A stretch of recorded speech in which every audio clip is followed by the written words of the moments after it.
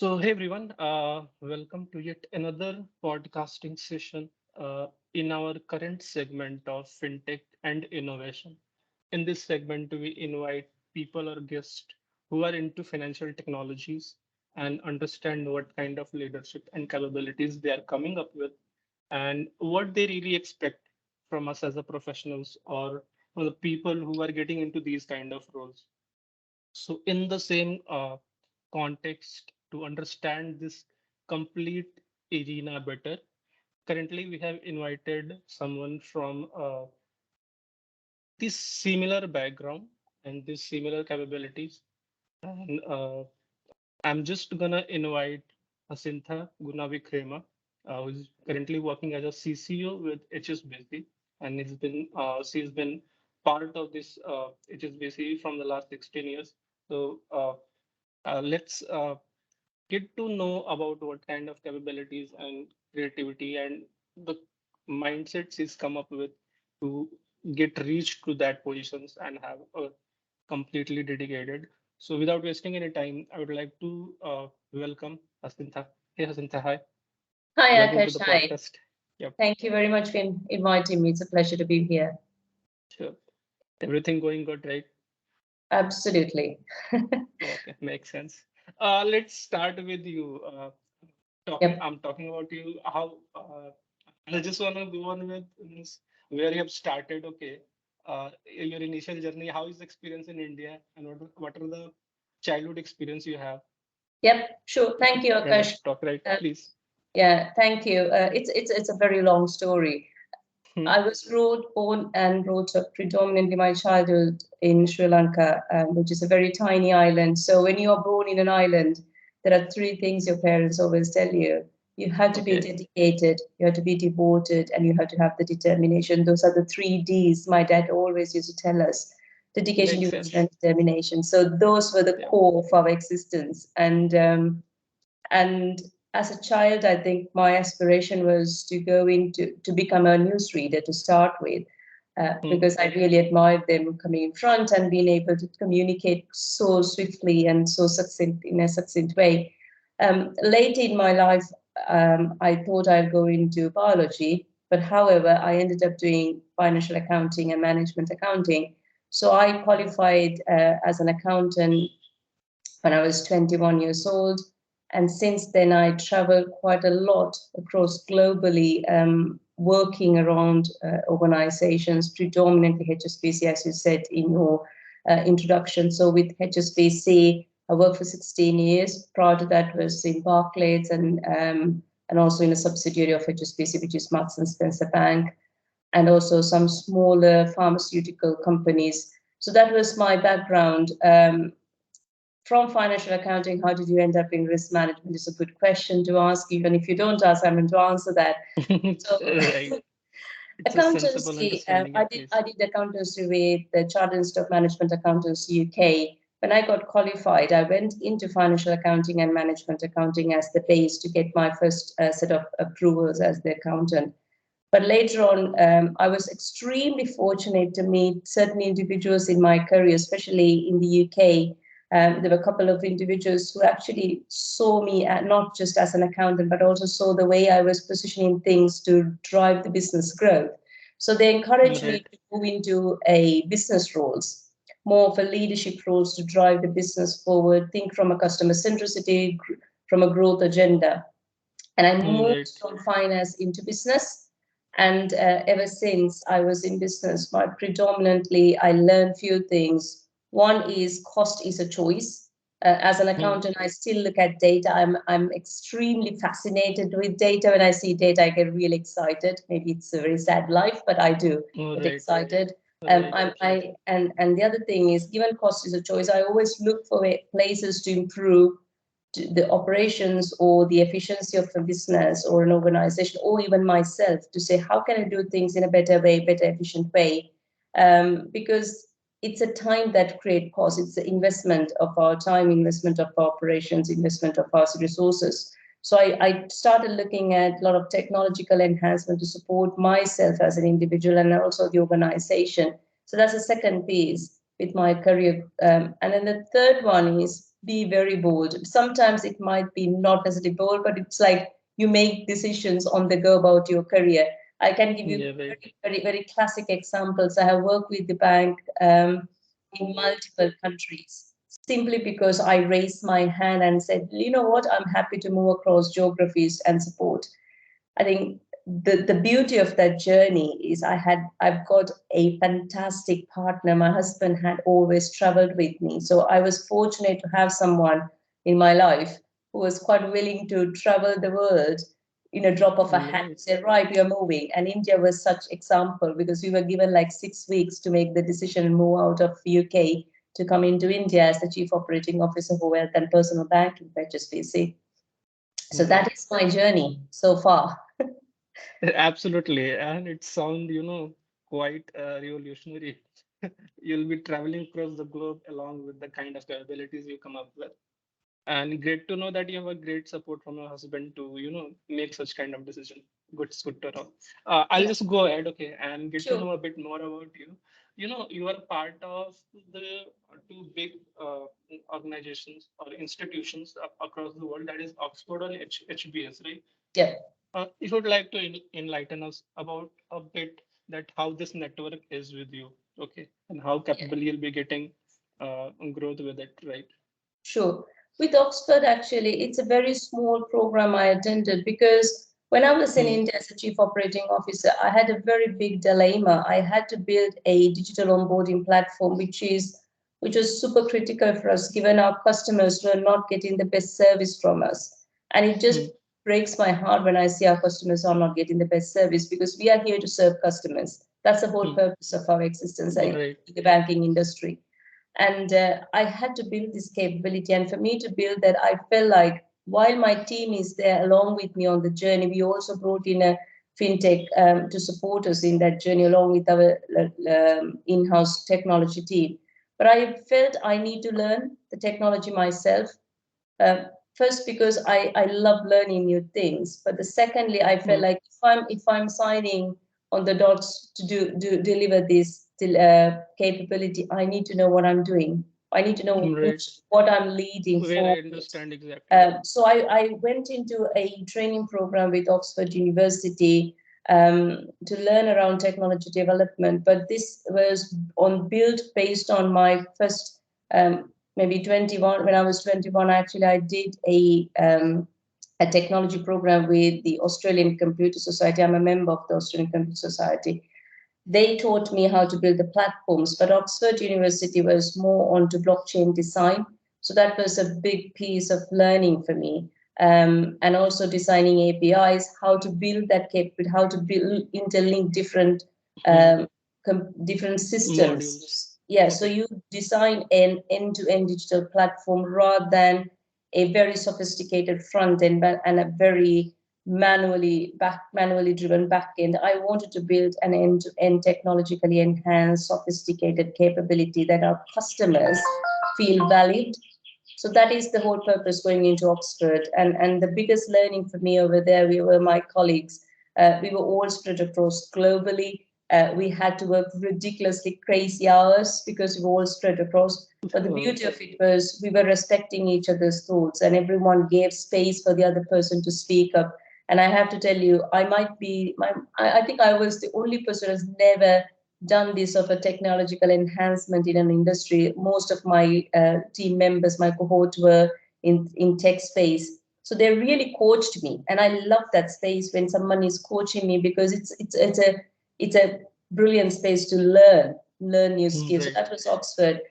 Then Harvard Business School is another episode. I call it my midlife crisis point. I think it was just before COVID hit us. Okay. I was sitting on one fine summer day, and my husband said, "Oh, there is this executive leadership program. Why don't you apply yourself?" I said, "Look, I really don't have time to write the whole thesis about myself and explain what I have achieved." Etc. He said, "Of course you do have time. You have to find time."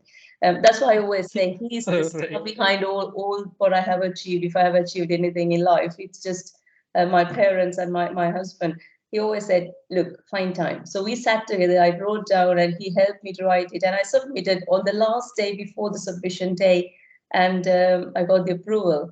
But the sad thing was most of my learning journey was disrupted with COVID. And we moved cities as well in between the COVID lockdown. Just before the lockdown in the UK, we moved from Mumbai to London with two young kids. And it was a very big challenge for us because we moved into an empty house with no furniture. We couldn't get the furniture because of the lockdown. We had two Right. kids to educate inside a house, and the two of us really leaned onto each other. Harvard Business School taught a couple of things to me. One, again, going back to the earlier point, flexibility. You have to be flexible. You have to find time for yourself to study because you're not in the same Right. normal setup where you are in the university. You have your lecturers in front of you. Most of the modules are self-learning modules, and you have to work with your professors in a very effective way. And I had a fantastic cohort working with me, and they were fabulous. They were extremely energetic. I learned so much about different cultures, and they supported each other. We leaned onto each other. Even to date, I can call the team I work with, they're as good as my family. Even today, I lean onto them. When I have both professional and personal Absolutely. challenges, I lean onto them. I think that's a thing. But Harvard Business School, the beauty of it is the flexibility they gave us, and also they gave us these little nuggets of things to think. Innovation is a must do. And until I Right. got there, I did not realize it in that space. And then the second thing is from a leading with an impact. How do you become a leader? Not just always standing in the front, but how do you also stand alongside your colleagues and also sometimes stand behind your colleagues and support them to lead forward, because you don't always have to stand in the front. It is Right. not the Absolutely. future of leadership. That's the second thing. And the third thing is finding my true north. I was extreme. That was the last module we did, and that was Professor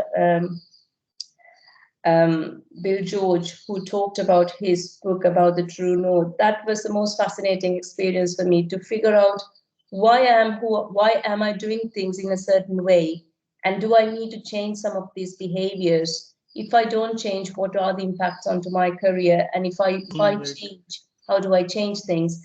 I think Harvard Business School gave me those lot of simple but really powerful uh, ideas and also opportunity to think beyond my day job. I think that those are a couple of things I would talk about the two institutes, and I'm extremely proud. I think after very long 2 years of multiple lockdowns, multiple changes of flights, and you name it, every test you can ever dream of in the world that we had to do to get to Harvard Business School at the end of 2021, the graduation Right. ceremony happened. The only unfortunate thing was my family couldn't be there. I wish my children, my husband, and my parents were there, but I was surrounded by my extended family. That is my cohort. Okay, got it, got it. But it makes sense. The kind of journey and the network you have talked about, okay, really makes sense. And obviously, the capabilities that you got from Oxford, that is developing a whole platform that is not a manual but a capable with the capable backend, not just good looking out of the front end. Plus, what the kind of network you get from the HBS. This Mm, is what we really, feel.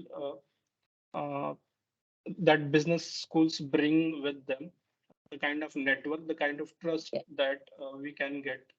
And it's good to know the kind of thoughts you have shared. Okay, I'll just go ahead.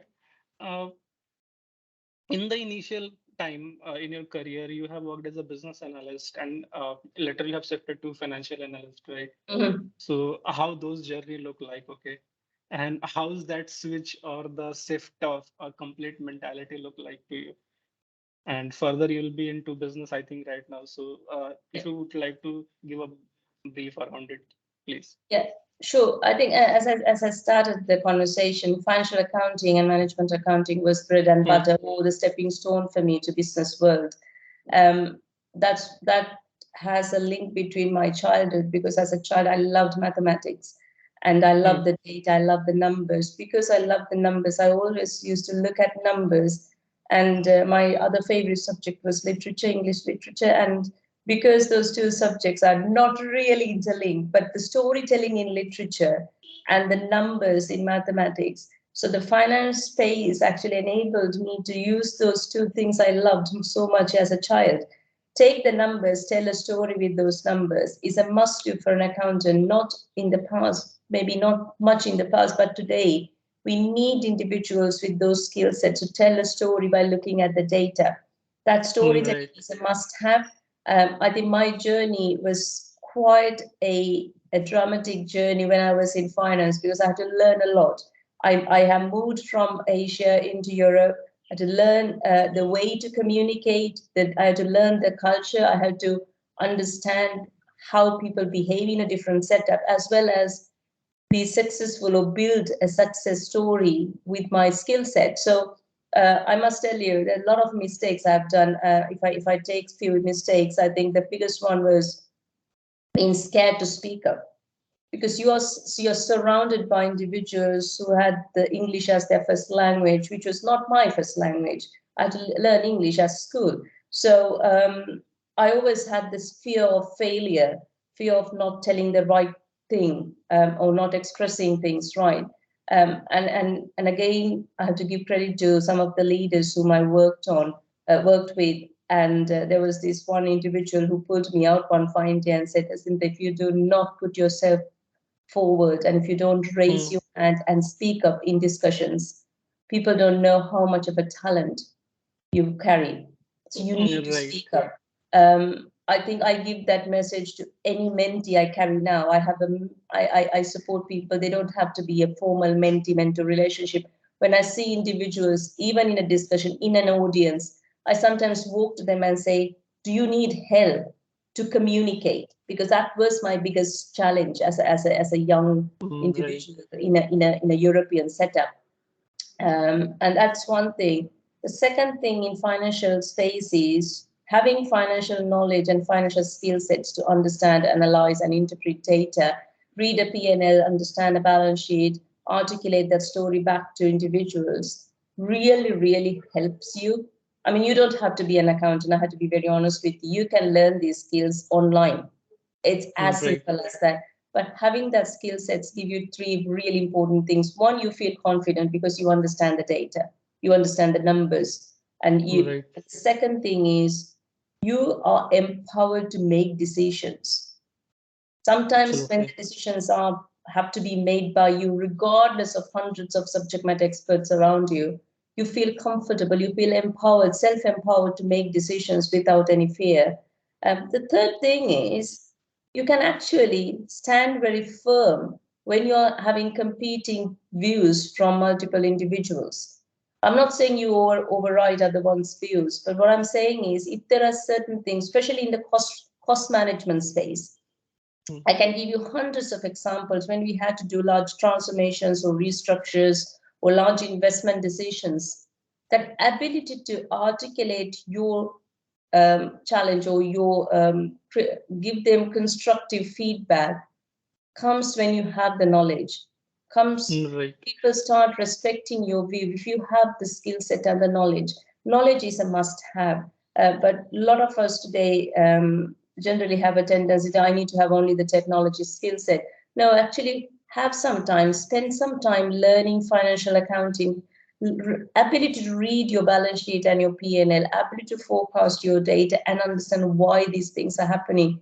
Today's world is Right. massively disrupted with the inflation, the cost of living crisis, the massive transformations.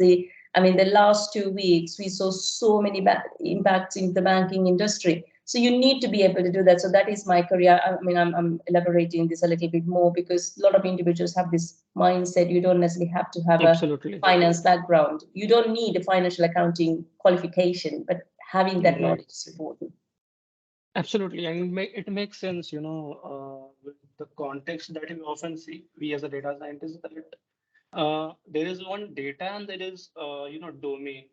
So Yep. you must understand the data, okay, to see how things are going on and use it in the domain with the knowledge. Okay, and the Yes. understanding of it, like as you have said, like profit and loss balance sheet, notes to accounts, all these kind of setups to understand and making that sense out of data and utilizing it in the domain and giving a business and sense out of it. is what I think really talked about. And yeah, Yeah. it makes sense that you have tried to, give a great prospect that understanding the data, then giving it as a, you know, communicating it in a better way to make sense out of business, make sense in the business. Got to know. I think it's better to move ahead in that sense. Yeah. I feel, and thanks for sharing. Uh, I'll just go ahead and got want to understand your journey with Barclays and Marks and Spencer, because the two are the big firms or the capable firms every individual, you Mm. know, thought to work with. What kind of key takeaway if you would like to share by Yeah. experiencing these firms, Yeah. please? I would just say Barclays, my stint was quite a short space of time as an analyst. Mm. But that was that was my first stepping stone into financial services. So I learned few things and made many mistakes, I have to tell you. The biggest We learning all for do. me Yes. was, Yeah. yeah, Mm. biggest learning for me was actually as an analyst, how much how much effort you put doesn't really matter. What matters is the outcome that you create. So Mm. don't ever judge your value for an organization by the number of hours you work or the amount of models you build. It's all about what is the value that output you create brings to the organization or your stakeholders. That's a big learning, and as a young financial accountant and an analyst, it was a big learning curve for me. And I think I'll touch a mistake. One, I mean, I touched earlier, the speak up piece was a big one. And also the other thing was appreciating cultural nuances. Because coming from an Asian background, Asia, working in an Asian organizer, working in pharmaceutical, then moving into financial services, the speed of execution was absolutely critical and the decisions had to be made extremely fast. So sometimes you wonder, why do I need to be on the top of everything? Why can't someone else pick it up? But that was mistakes, and that really helped me. And this is where I go back to the 3Ds, my parents. The dedication is absolutely critical, but you have to be determined to keep on delivering despite how much challenges you face. That's where Barclays taught me very valuable experiences and examples. Marks and Spencer Bank is actually a subsidiary of HSBC. So Okay. HSBC bought Marks and Spencer, I think, somewhere around 2004, and I joined their finance team maybe a latter early part of 2016, 2006. The biggest learning again is the family feeling in the business. It's such a family-oriented business, and being away from my family for such a long time and being in an organization that really cares for you as a family member was a big thing for me. It really helped me to bring my whole self to work. And that was Great. Marks and Spencer Bank. And there were a lot of really great individuals who operated as coaches for me, who saw me as someone who can actually step in and deliver things beyond what I was doing, and trust in me. And because of that trust, they actually helped me to get into HSBC space, because it was my chief financial officer who actually brought me from, I was based in Cheshire in the UK with Marks and Spencer Bank, which is where they're based. And he brought me into London to work in the HSBC head office finance function. I don't think it happened by mistake. It happened because they saw something in me and I leaned on to some of the things that they started teaching me. I started appreciating them. I started investing, devoting quite a bit of time to study and learn new skills on the go, especially not just the hard skills, but also soft skills, how to communicate, how to lead, how to listen, which was super important, how to listen and absorb things before you make your own comments. I think those things were big items I learned from Marks and Spencer's. Absolutely. And Mark and Spencer, as you have said, is a subsidiary of HSBC, right? Am I audible? Hello. Yes. So Marks and Okay, okay. Spencer's financial service arm is a subsidiary of HSBC. Okay.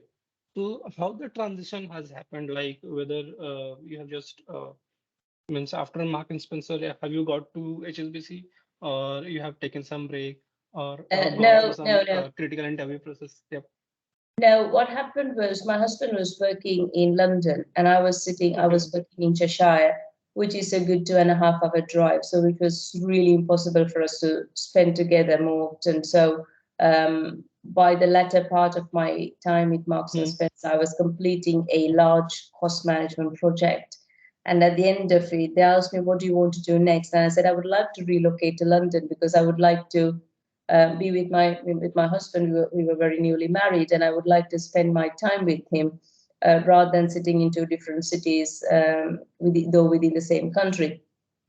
So they gave me that opportunity to move out of Marks and Spencer's bank and move into HSBC.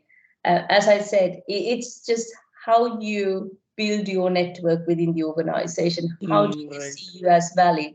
Really enabled me all throughout my 16 years in HSBC. I would say it's all about what you are seeing. What is your personal brand that takes you to different places and different parts of the world? If you have to work with openness, with high integrity to build the trust and talk what you can deliver. Don't overpromise and underdeliver. I never want to do that.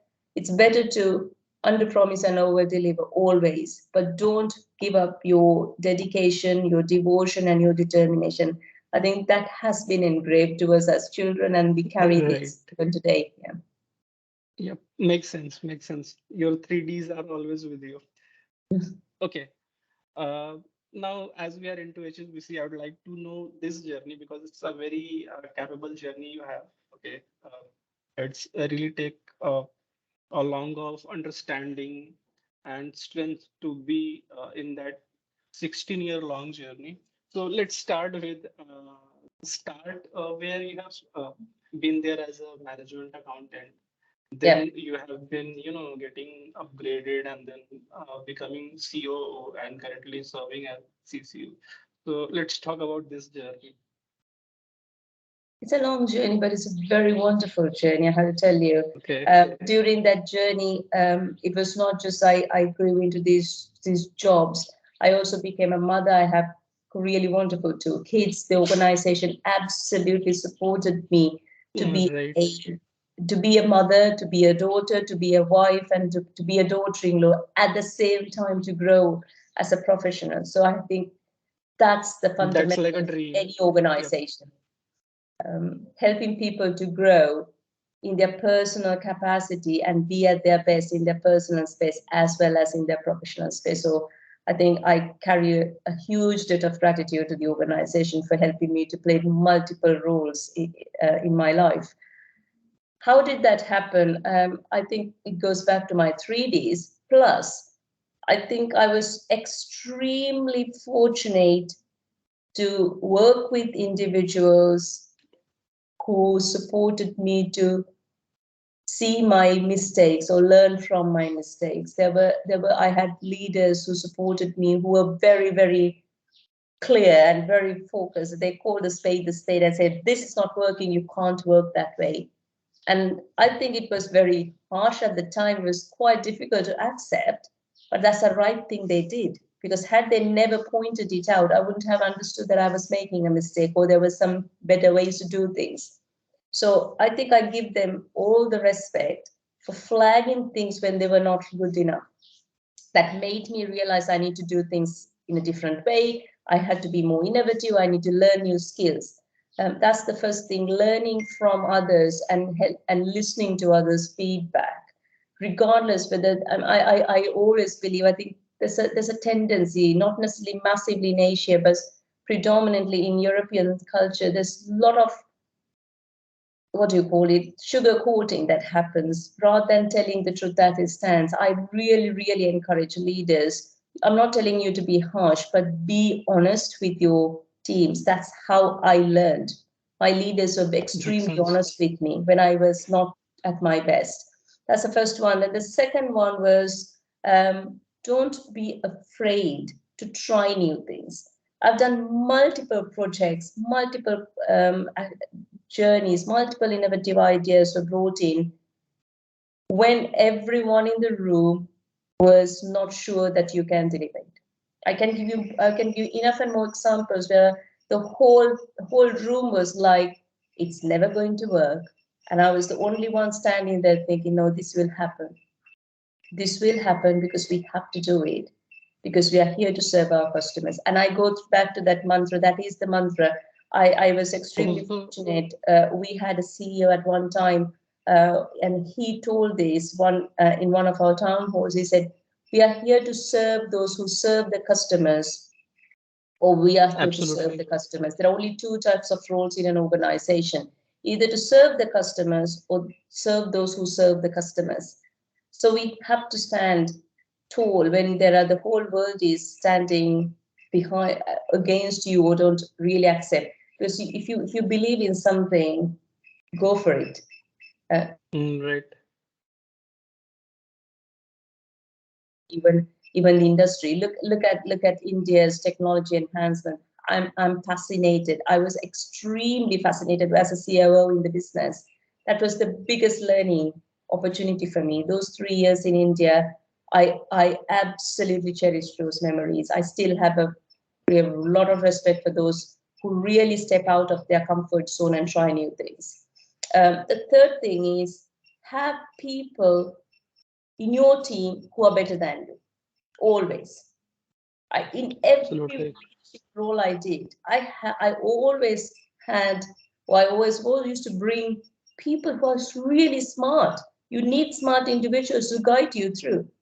You cannot do a job. The more you grow in your career, you need to have people who are subject matter experts who are capable of guiding you through and guiding the organization through.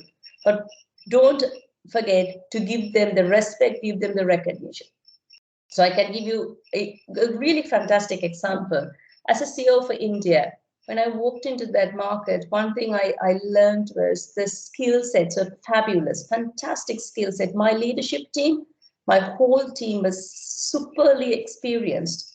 And what I told them the day one is, I might be carrying 20 years experience, but with us collectively, we carry 2,000 years worth of experience. So my 20 years is negligible compared to all the wealth of 2,000 years of experience we all carry. I wanted them to understand the power of us rather than power of one individual. So you need to, in your career, more you grow, you have to be more humble. You have to always say what you don't know, you don't know. And you have to respect others' views and let the others' voices be heard. If you don't encourage that, innovation never happens in a setup where you are always the decision maker or you're always the person. But overarching all that, when things go wrong, you need to stand tall. You need to protect your team. Absolutely. You can't say it's someone else who did it. It could be someone else, but you are the leader. Stand tall for the team, stand by the team. So those are few things in my career, how I grew from being an analyst into a COO and a chief control officer in the home market now. It's all about your personal values, building a team with subject matter experts and giving them wings to fly rather than putting them in a cage and saying, don't do it. Helping them to grow, you will grow with them. And the third thing is lean on to leaders who can actually tell you when you go wrong. Don't always think that you who tell all the nice things about you. Yeah, absolutely.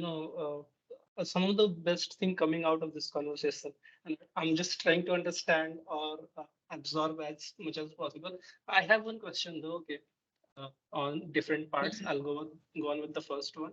You Sure. have said that there are times that you are developing some kind of product, okay, and everybody is not sure about it, right? But you thought that it will work.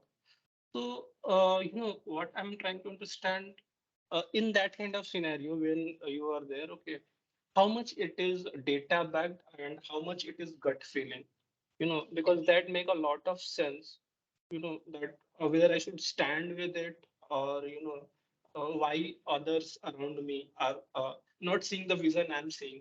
So if you would like to give a hint Yeah, around, say, please. absolutely. I was about to come to that. Actually, I'm so Hmm. glad you asked that question, Akash. Data is super critical for decision making, but data in Right. isolation cannot necessarily take you from A to B. Okay. Right. Data should be your base, your platform to bring that view onto the table.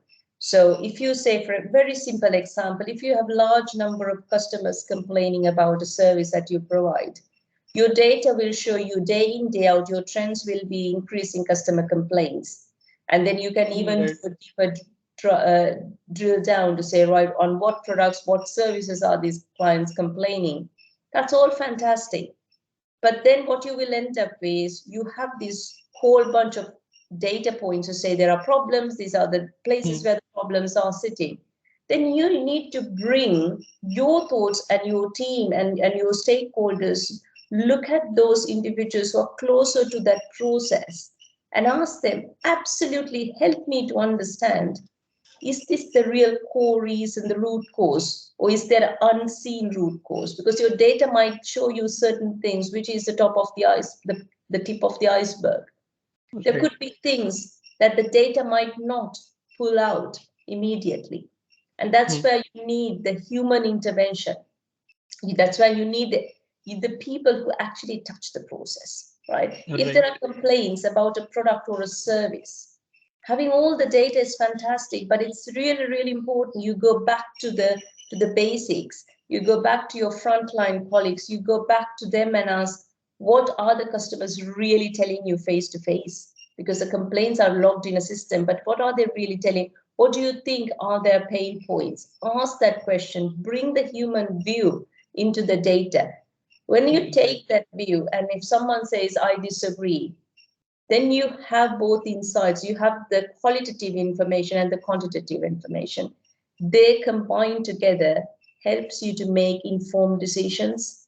Right. That's why data analytics is helpful, because if you use your people to use the data analytics when rather than getting data scientists to drill down and give you all the insight, then you are not investing your time in the right space. So Absolutely. get your data scientists to give you that insight, use that insight, take it back to the ground and ask that those specific questions and help the teams to help you to understand. But there is also another Right. angle to this. Why do certain people, even despite you giving all that insight, why do certain people do not want to go ahead with things? I can tell you with technology, with enhancements, especially with the data space, a lot of Right. individuals are reluctant to make decisions based on data because of the cultural nuances in organizations. They are not used to using such deep, such rich level of data. So they are very nervous whether the data is right. That's one. Right. But the second thing is senior leaders need to invest and educate themselves. A lot of organizations do not necessarily have senior leaders who do their own learning and research on data analytics, design thinking. They don't necessarily have that knowledge. So they are very nervous to make decisions. And they're also very nervous of the transparency these data will show and worry whether their ability to be seen as the most important person in the room will get Right. challenged. So it's a cultural thing. I'm not saying it happens everywhere. I'm saying Hmm. these are possibilities. Why data and the qualitative quantitative insight together still get challenged in large discussions. So it's in our gift, in the space that you and I sit. It's in our gift to actually take that insight, help people to Right. understand the value, rather than saying, I mean, you're not helping me, and then start a fight. It's a matter of taking people on a journey. I mean, you have to use the 80-20 rule sometimes. If 80% of your Right. large population, your critical stakeholders are on the journey with you, go on the journey. The rest of the 20%, Will they will follow it. join you. And if they don't join you, you need to evaluate what is the size of the risk of all of them not joining hands. But I have to tell you, my experience in 20 years, it's very, very negligible that people don't join you, even at the last stage. Those who have been your Right. biggest critics will become your biggest cheerleaders halfway through your journey, because it's a continuous learning and you have to make them part of the change. Don't impose Right. change on individuals, because we're all human. End of the day, we like to be recognized. So we need to understand the human brain as well in industry. Right. To modify according to what really 20% want and ask them to be a part of that same family, to go Yeah. ahead, make sense. And also, you have talked about one very important thing that if there are 20 people in a room working in a project, then it's a 200 year of experience or 2000 year of experience that we are coming together and working with it. Okay. Yep. And to work that team in a very effective way, people must be vocal. Okay. And they must tend to even tell you that it's not going to work or whether it's going to work on what basis. Mhm. Okay. So, the ice breaking, okay, and the sense that I'm going to be heard in this, cohort or in this discussion is Mhm. really important. So, any nuances would you like to share, okay, that let, team know that, yeah, we are open to have discussion, okay, and you are being heard. Yep. Right. So let's look at human lens, right? Yeah, please. How would you and I, when we were children, I think we were Hmm. told to not to do certain things. I'll give you a very classic example. Having lived in Mumbai, if you run on across the street without checking, you will be knocked down immediately, right? You'll be knocked down by Right. people immediately. Right. Hmm. I struggled after 3 years. I still struggle to cross the road, to be extremely honest. But that's a Hmm. classic example. So when you are with your children or when you are a young child, your parents tell you, watch, look at the road, check where the vehicles are coming, follow it. If you don't do it, they show you the consequences as well. That might be And they possible, right? also guide you. It's a guidance, it's a coaching. It's not like they don't stand next to you and start screaming at you or trying to challenge you in a negative way. So if you want to take your team and make them feel they can speak up, you need to help them to see you're in a coaching relationship rather than a top down, a leader versus a follower relationship. You Right. can't build that trust of speak up if you build it. The second thing is a rewarding mechanism. What is your rewarding mechanism? And I'm not talking about incentives from a financial incentive perspective in isolation. How do you recognize success in your team?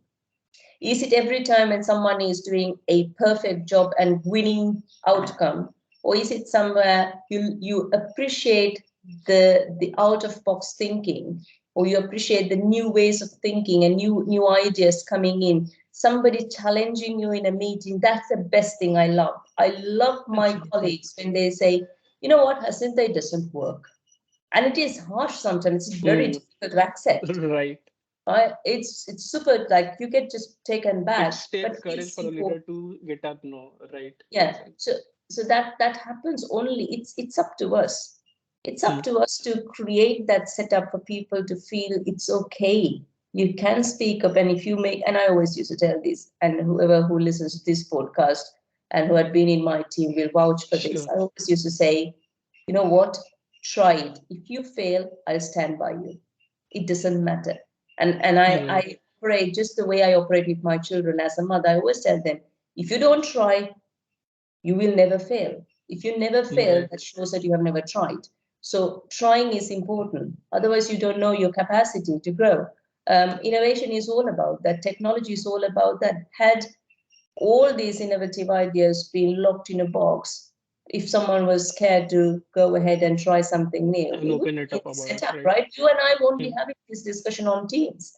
So it's a Hmm. reality. We need to create that space. It's in our gift to create that space. It's no one else's Absolutely. job. It is not HR's job to find an empowerment training program. It's a leader's job to create that world for your teams.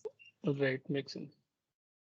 Yeah, absolutely. And it make a bit of understanding that how you can get that kind of involvement together as a team. I would like to know, okay, what kind of books you are reading recently, or your favorite books around, if you are into it. Pardon me? I just want to know which kind of books, okay, you prefer to Books. read. Okay, right, Yes. absolutely. Oh, I'd love to talk about it.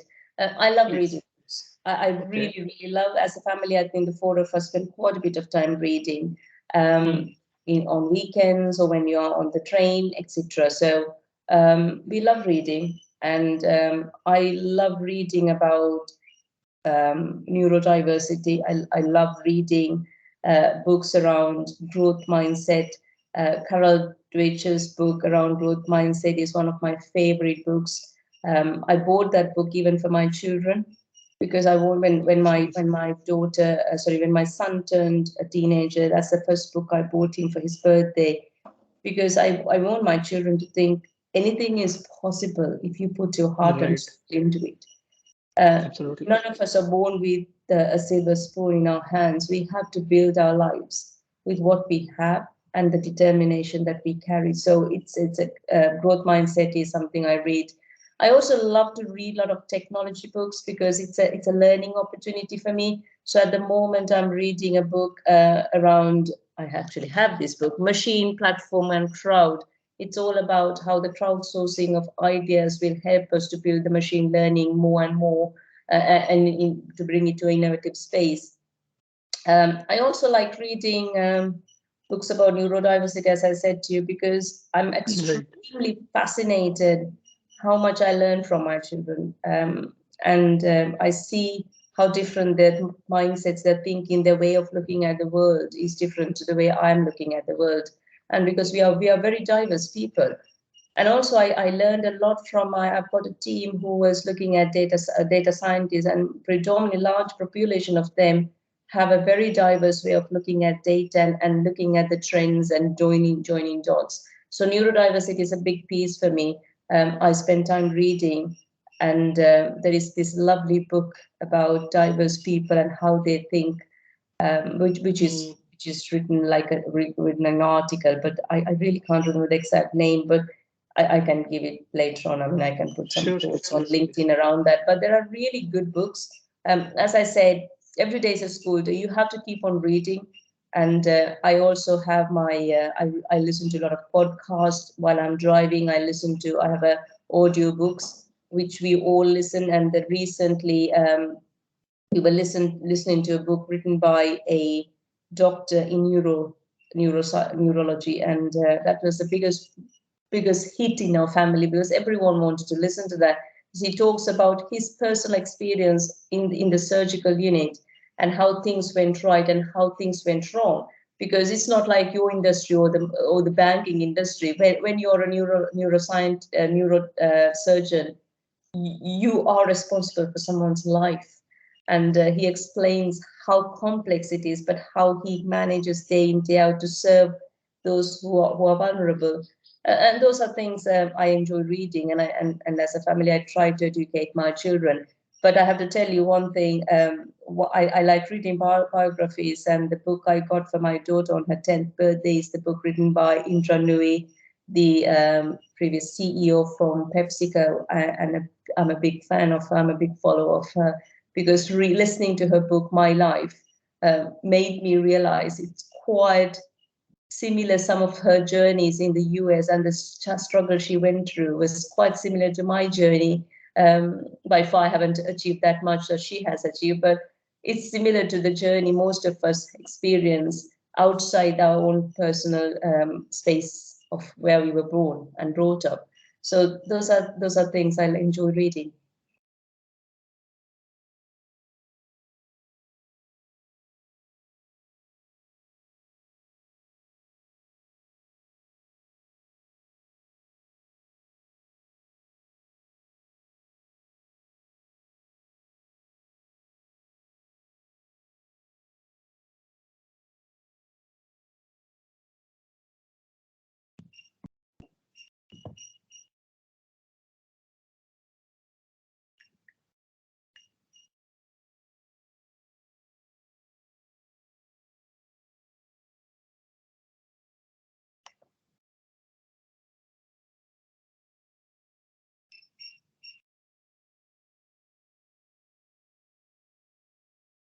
Hi, Akash.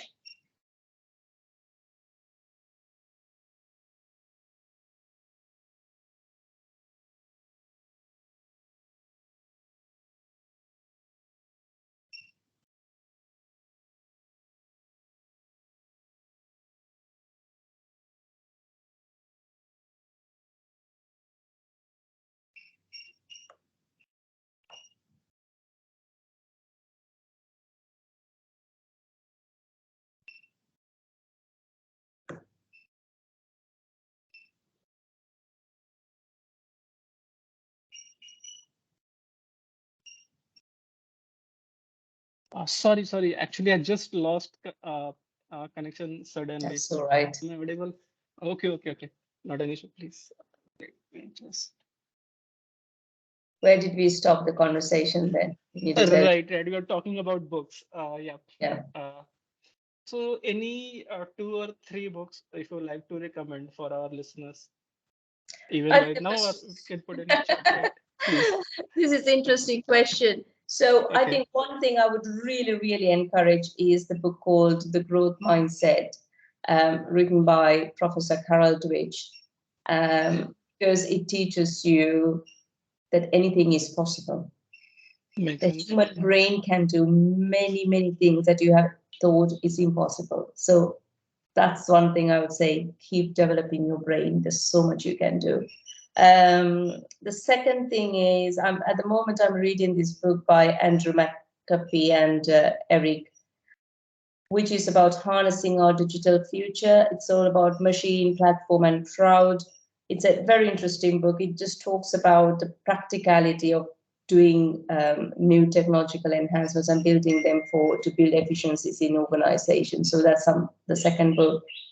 Third book, if you are living outside your country of birth, and especially if you are someone who is who is going through difficult spaces in your career because of the cultural nuances, I would strongly encourage you to read the book or listen to the audio of Indra Nui's My Life in Full. Indra It's Nui. just, Okay. yeah, Indra Got it. Nui's book. It's her biography. I bought that book for my daughter for her 10th birthday because I felt it was a journey. I came to a certain extent to build that life back in UK decades ago. And I wanted her to see it in her own eyes because I want my daughter to grow up to think anything is possible. So do Right. I want my son to do. So both my children, but especially for my daughter, I was very keen that she reads it because she needs to understand culturally what we inherit. It's Right. fabulous, but don't underestimate your power, your strength. Your Right. determination takes you a long way. So those are the three books I would recommend anyone. Absolutely. It makes sense. And when we get to know about people, the kind of knowledge they consume or the kind of consumptions they are putting for their mind. So it's good to know that these kind of, and also I just got to know you are more interested in neuroscience as well. Yep. So, even right now, as we are tech background professionals, I see that there is a term quantum computing is coming up. Okay. Yep. And right now, we are seeing that the speed with which responses are needed, it Mhm. might be a game-changing platforms. Okay. In the upcoming 1 or 2 years era, but let's see how it happens. So Yes. yeah, this is around what we really researched and thought about. I'll go ahead, okay. And right now, I just want Sure. to know your views on some capable, innovative understanding around fintech. Okay, so Mhm. I just want to know what are the innovative, innovations you feel going to happen, in this fintech space, in this banking space, in the upcoming time. If you can, have a brief around it, Yeah, sure. I think please. innovation is something that, sorry, I do apologize. Innovation is something that we need to really think through as a positive thing rather than, oh my God, what is going to happen in 5 to 10 years' time. So I can Right. provide some of my own thoughts about innovation and fintech. Many Hmm. looks like what will happen in the next 5 to 10 years, and some actually, I don't want even to say 10 years. 10 years is a very long time in the Very world long of time, thinking, absolutely. right? So I would like to say what we have now and how can we even further enhance it. So increased use of artificial intelligence is something that will continuously grow. The fintech Right. companies are already leveraging AI to automate processes, enhance risk management, personalized services. So in few years' time, I'm pretty sure AI will become even more of a prevalent part in fintech world as it enables more accurate predictions, it helps in better fraud detections, it improves the customer experience. So I think Right. AI is something that will continue to grow. I'm talking from a banking, financial services industry perspective, but I think it'll apply across any industry that embraces this technology. The second thing I would say is the blockchain technology. Blockchain technology has the potential to revolutionize the financial industry by providing a very secure, transparent, trust-based ledger for transactions. So in experience, even now, today, I think organizations are using this massively for cross-border transactions and tracking end-to-end of the transactions, which is helping organizations to deliver a huge amount of international fund transfers, etc., with a reduced cost, with massive transfers, removing intermediaries. Those sort of benefits are already there. But in few years' time, I think blockchain-based solutions will become even more of a mainstream capability in industries, especially in areas such as like payments. As I said earlier, the cross-border international exchange, international cross-border payments, digital identity management, and supply chain in finance. So these things will always support us to go better customer outcome, innovative ways to deliver your operations, i.e. by that bring your operational costs down and build the jaws between your cost and your income, so improve more better, healthier cost income ratios. And also it'll make it less, you can repivot your people to deliver where we need that qualitative thinking rather than them sitting and doing analytics and a back end. So using that technology, using the transparency will also help. And the third one, I think, is the open banking. So the open banking regulations have allowed third-party providers to access financial data with the caveat with the data privacy acts, etc., already established. So which has enabled them to provide customers with better services and products. So this trend is expected to continue, I think, leading to emerge from new players in the financial industry and development of innovative products. So open banking is going to grow further rather than just not. But the important thing is today, I think the financial services institutes need to really think through how do they embrace the open banking regulations? How do you leverage it? I think open banking did not necessarily pick up in the same pace we expected it to pick up, but I think there is a huge opportunity for industry to win into that. The fourth one is very simple: mobile banking, mobile payment. I mean, you and I spent, I can't remember a day I walked into a branch to do any form of payment, unless I walk into a branch to meet my colleagues as part of my learning journey. So mobile payments have been one of massively a big rise, especially during the pandemic. But they're expected to become even more popular in the future, especially with the vulnerable segment. As I touched the neurodiversity, I'm very, very keen in an industry. We need to build capabilities for people with disabilities. And mobile banking is going in that space. The voice recognition, even today, has enabled those who have visual impairments. So how do you use, rather than saying, no, because you're visually impaired, you can't use mobile banking, how do we build the voice recognition concepts and help them to navigate through? This is what the future should look like. We can't just cater to the known segment. We have to be able to cater to those segments that we were unable to cater before the technology was there. So this is our opportunity to use mobile payment or payment options, including contactless payments and mobile wallets and digital currencies. This is where the other space. And the last one I would say is personalization. People like to have that personalized view. I mean, this personalization, if I go back 10 years, was the capability we used to give to our high net worth, ultra high net worth clients. But today, personalization is something everyone is expecting.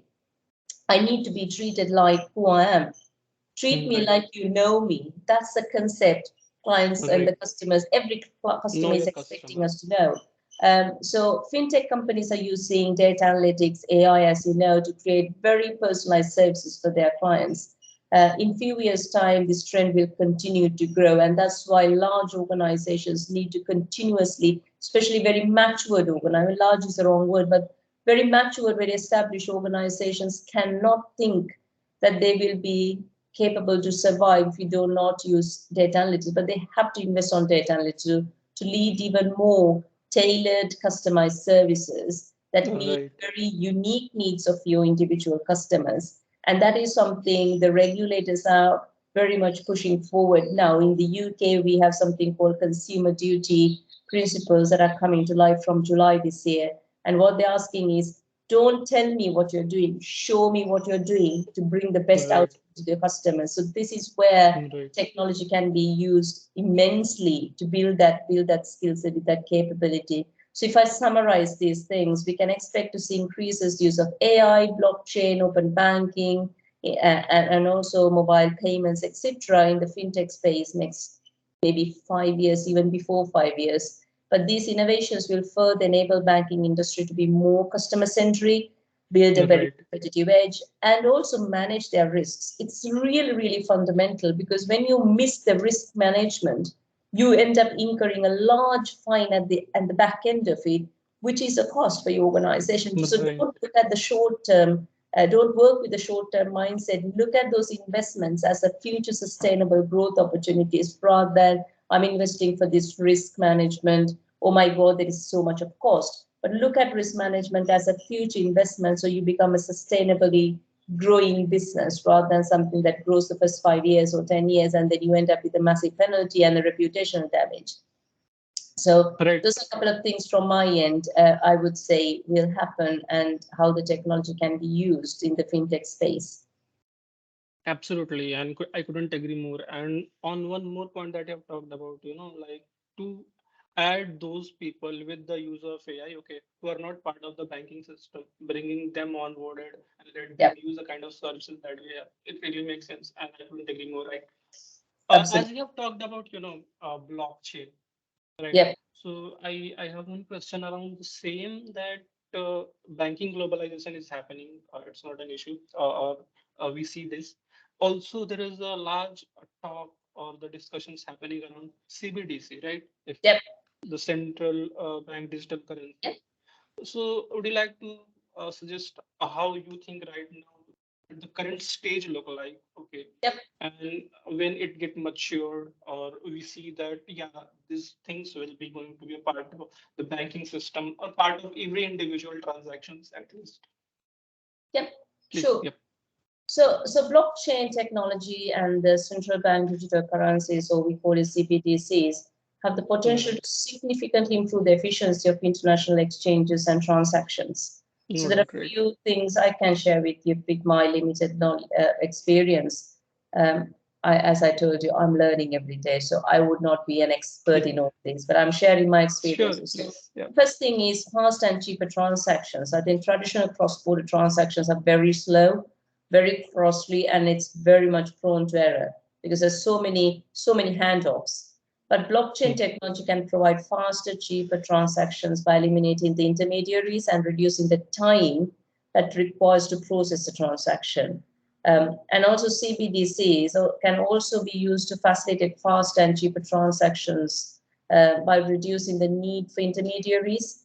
And Hmm. because when you remove the intermediaries from that process, you are simplifying the process. As an outcome, it will improve the speed and the efficiency of the settlement process. So that is why Hmm, the right, cheaper and the faster transactions.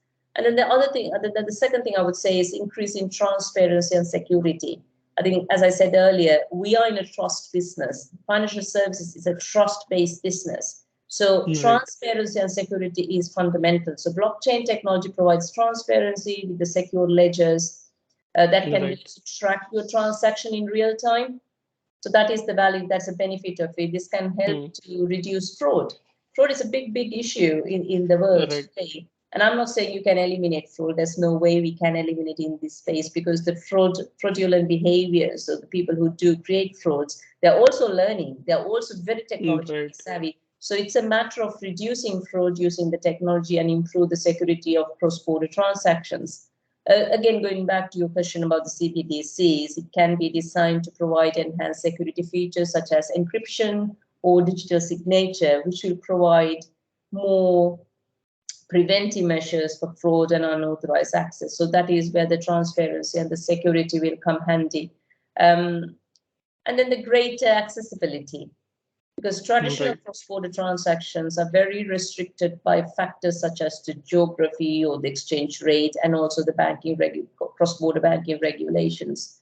Whereas I think with the blockchain and the CBDCs, it can provide great accessibility by enabling transactions to conduct across borders and currencies without the need of, as I said earlier, the intermediaries and the need of Right. like leaning onto so many touch points. So this reduces the cost and also improve the efficiency of the cross-border transactions, at the same time creating the accessibility. So these are fundamental elements one needs to look at.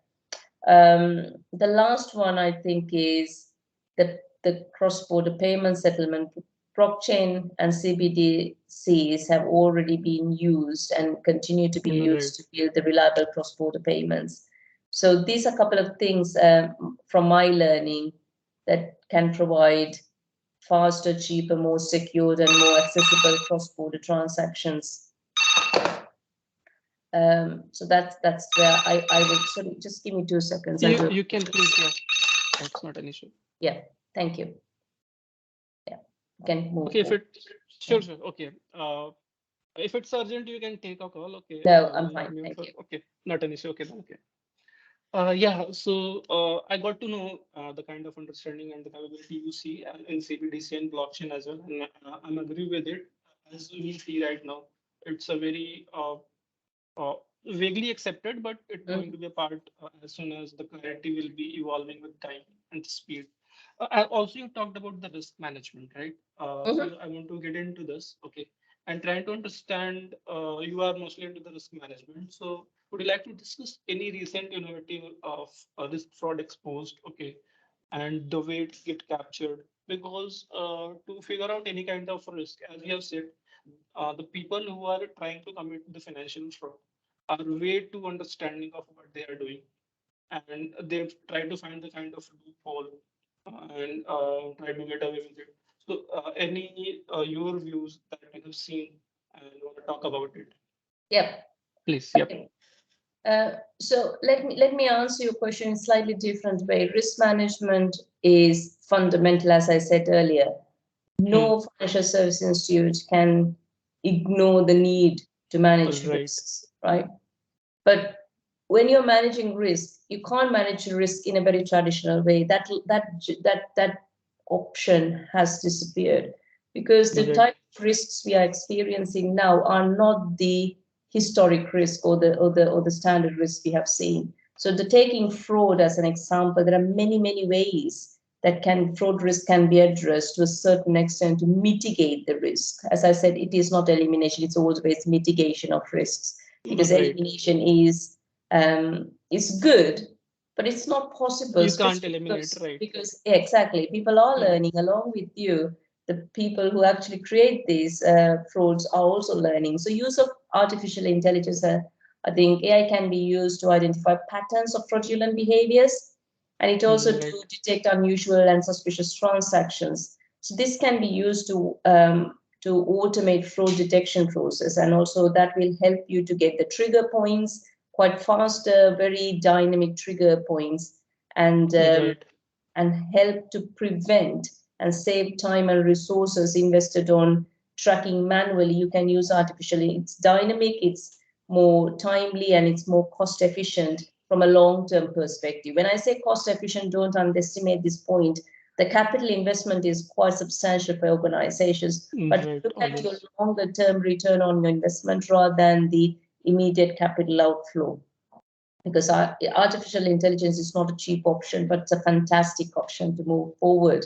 So if Right. you've got a small organization and doesn't have that capacity, there are a couple of ways you can do it, because you can literally get a third party provider who can build it for you, like a startup Hmm. or like a fintech, they can build it for you. Or you Right. can literally build a hybrid version, a bit of artificial intelligence to identify the fraud, and then send the dynamic data into a smaller manual team of people who can just start reaching out to customers and working around it. You don't necessarily have to have large capital to start for everything. You Right. can start in smaller chunks and then develop on the top of it. So this is where I always say, don't just drop it saying I don't have money.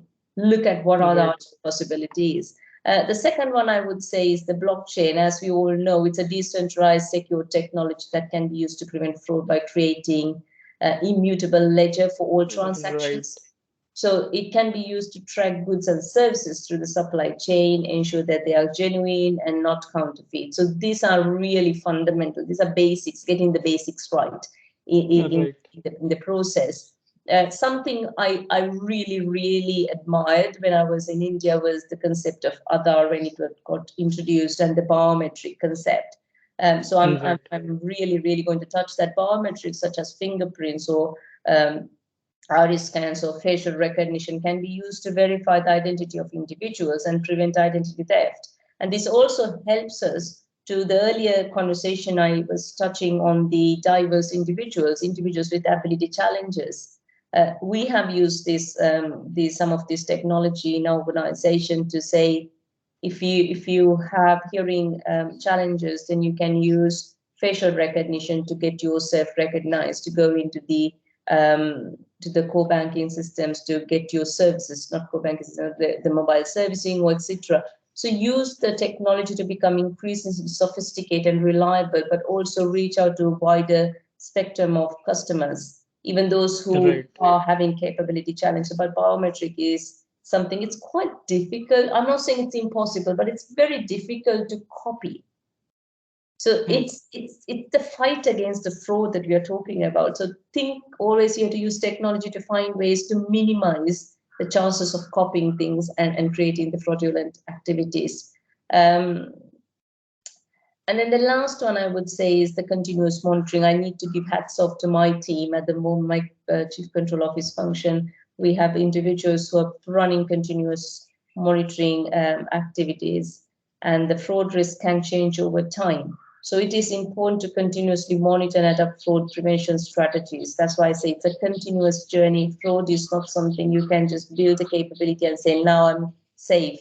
It's a continuous journey. Along with that, along with your fraud prevention strategy, you really need to improve the knowledge of your employees. We do a large number of training programs helping the employees to recognize and report suspicious behaviors, help training them on how to identify phishing emails, how to secure sensitive data. I mean, these things are fundamental. It's not just technology in isolation. Technology in isolation is not going to give you all the value. You need to build Right. that human capability around it as well. You need to develop your colleagues um, and work around. So those are a couple of my thoughts overall to address the fraud risk, to be more proactive and use the range of technology and innovative ways to manage Right. that risk. And absolutely, I got an idea at least that how big and capable this complete arena is, and the Mm, kind of accessibility plus the monitoring that is needed, right, yeah. along with the other things that come up with it. I just wanna understand one more part in that same innovative segment, okay, in the fintech, that recently there has been, even in the phases 2022 and 2023, we are seeing a lot of AI, bombarding with its capabilities, Mhm. as we have heard of the Chat GPT and Yeah. other innovations that are coming as an AI tool that are completely, transferring the kind of market already behaving earlier. Mm, So, this is a very transitional phase where we see a lot of downturn in the job market, and innovations are being part of our livelihood and to be taken into considerations. So, what do you think current banking is going, and what the further adoptions might be possible? You know, how AI reliability can be done, okay, and about the job market that we see, how stabilizing it really look right now. yep. Um, let me talk about technology first, and then get into the labor, the employment challenges and Sure. the job market. Yes. Because it's not directly just simply because of technology we have a challenge in the job market. So I want to make it very clear. So if you look mm, at banking industry today, right, it has been increasingly adopting innovative technology like chatbots, virtual assistants, uh, which use natural language processing to interact with customers in a very, very human way. And I mm, really admire those sort of things because chatbots like ChatGPT can help banks and financial institutes streamline their customer service processes, which is always a absolutely. challenge in Right. organizations, regardless of whether banking or not. But allowing customers to get answers to their queries quickly and easy, that's what our customers are asking. Treat me like you know me, make it easy for me, make it easy Right. is so fundamental now. They don't have time to hang on to a phone for 15 minutes or even 5 minutes anymore. So how Mm, do you address your queries? So without the need of speaking to a human agent. But chatbots can also help banks personalize the service and offer very targeted recommendations based on the especially in the wealth management space. So building right. that competitive edge for the firms that adopt this technology is absolutely something one needs to think through. Organizations have to understand and establish on. Now, when we start talking about these things, we should never underestimate that technology is an enabling element. It's an Mm, enabler to be more inclusive right. and be available to clients and different segments of clients. But in the banking industry, with innovation, you have to invest on your people to right skill them. It's not about it's very easy. The easy option is you get rid of people who are doing the call handling from clients, right? Very simple. It's a very, very Right. easy mode to say, I'm replacing you with a chatbot. However, if you think through, these are individuals who have massive wealth of knowledge apart from just answering a customer query. They Right. have skill sets. What they do not have is the skill sets that you need today. But if you invest the certain level of your investment capacity to upskill, not everyone, because some of them will say, I don't want to get upskilled. You need to respect that. But you Right. need to ask that question from your teams and say, these are the 5 future skill sets we require. And we are building the learning um, For them. academy or whatever you call it, and Mm, get them into those learning journeys because it's very easy to get rid of colleagues. But what you right. forget is the corporate knowledge, the customer knowledge that you lose by losing those colleagues. So first, Right. when you invest in technology, always look at the second and the most important parallel option is how do you upskill your colleagues for your future needs?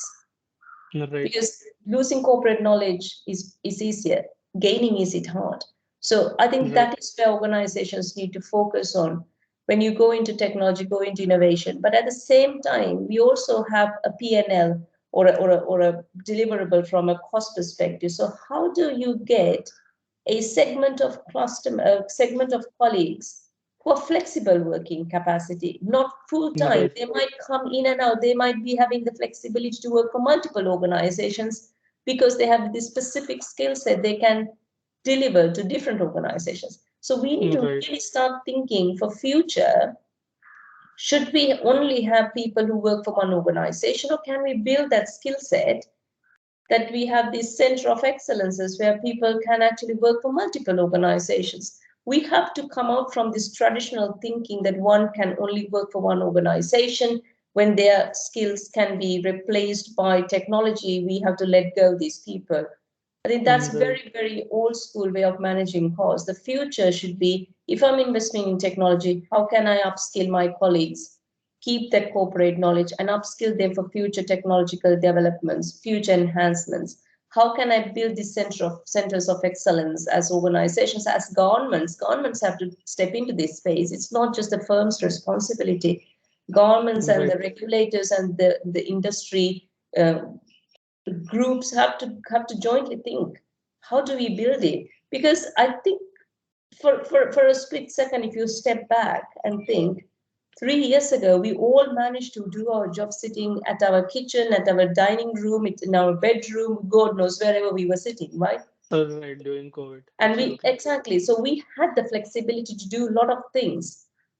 how do Yeah, we how do we use that learning rather than unlearning those things and create a little bit of a framework around it to say, if you create this bunch of centers of excellence in different markets and different countries with certain skill set, how can you cater that as export that knowledge? This is right. where we should be more innovative. I think the way we, not just the technology, but innovative about the way we use human capital for future. It's a fascinating question. It needs more time, I think, question, more thought process to be Right. built around. Yeah, even, till now, the kind of thought you have shared also makes sense. And I can relate to that, that AI or the capabilities that we are building can imitate past, right? Mm, Understand from the past data and imitate it to cater the current market. But mm, to understand the future and where our firm is going, what are the visions, you must have people around you, you yep. must have a great team with you, okay, and it must be supporting with the kind of vision that market is really looking for, or their kind of upgrades that might be possible. And apart from it, you have also talked about uh, creating the professionals in a very diverse way, where they can cater multiple organizations or multiple markets. That's also, give a sense that this individual is much more capable with particular skill set and Yep. can be utilized for these kind of roles and responsibilities. And it makes sense, but let's see how adoption will be there and things will be taken care of. Mhm. I'm on my final questions to understand, and I have, although you have avoided that we can't go ahead with it, okay. But also, I just want to know your gut feeling or understanding that how you think fintech really look 5 or 10 year down the line. I think I think we touched a little That's all. bit. Yeah, yeah, please. We touched this a little bit earlier. So there are Hmm. multiple technology systems, so AI, blockchain, open banking, That mobile will be there, right? payments, all that will definitely further enhance Hmm. its capabilities for fintechs. I think the important thing fintechs also needs to remember is the long-term strategies. It cannot be a capability that you build for next 5 years. It has to be a sustainable.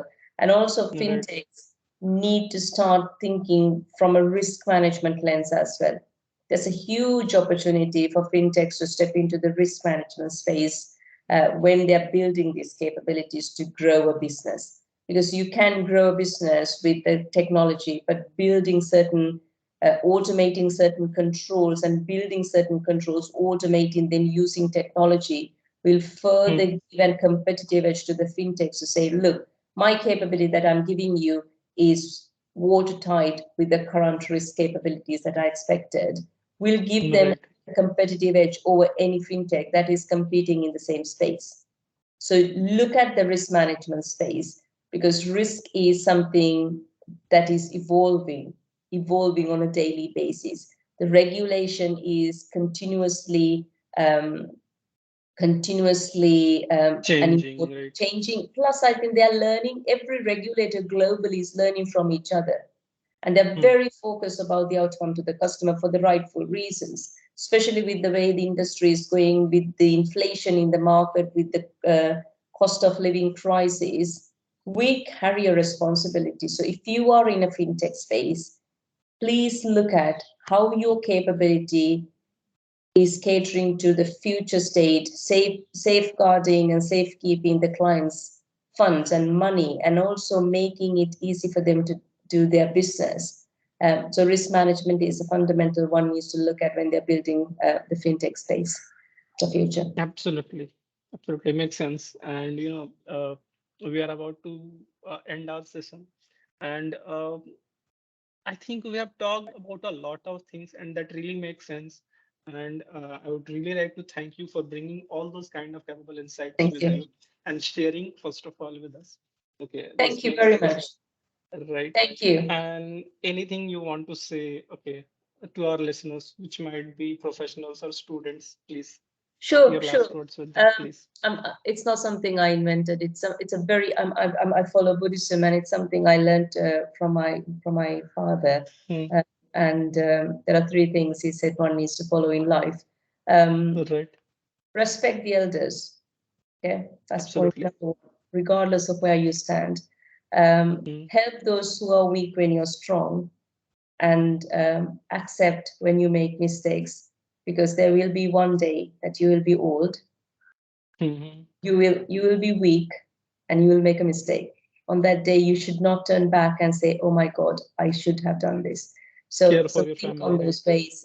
Don't ever underestimate those values. Absolutely. So yeah, I think it's been a wonderful session, and thanks for getting out time of your busy schedule and sitting with us. It's been really nice to have you with us. Thank you, Uh, Alok, I hope really hope you enjoyed have a it. great time. Okay, Thank you, Akash, I really enjoyed have a this great time, and good luck.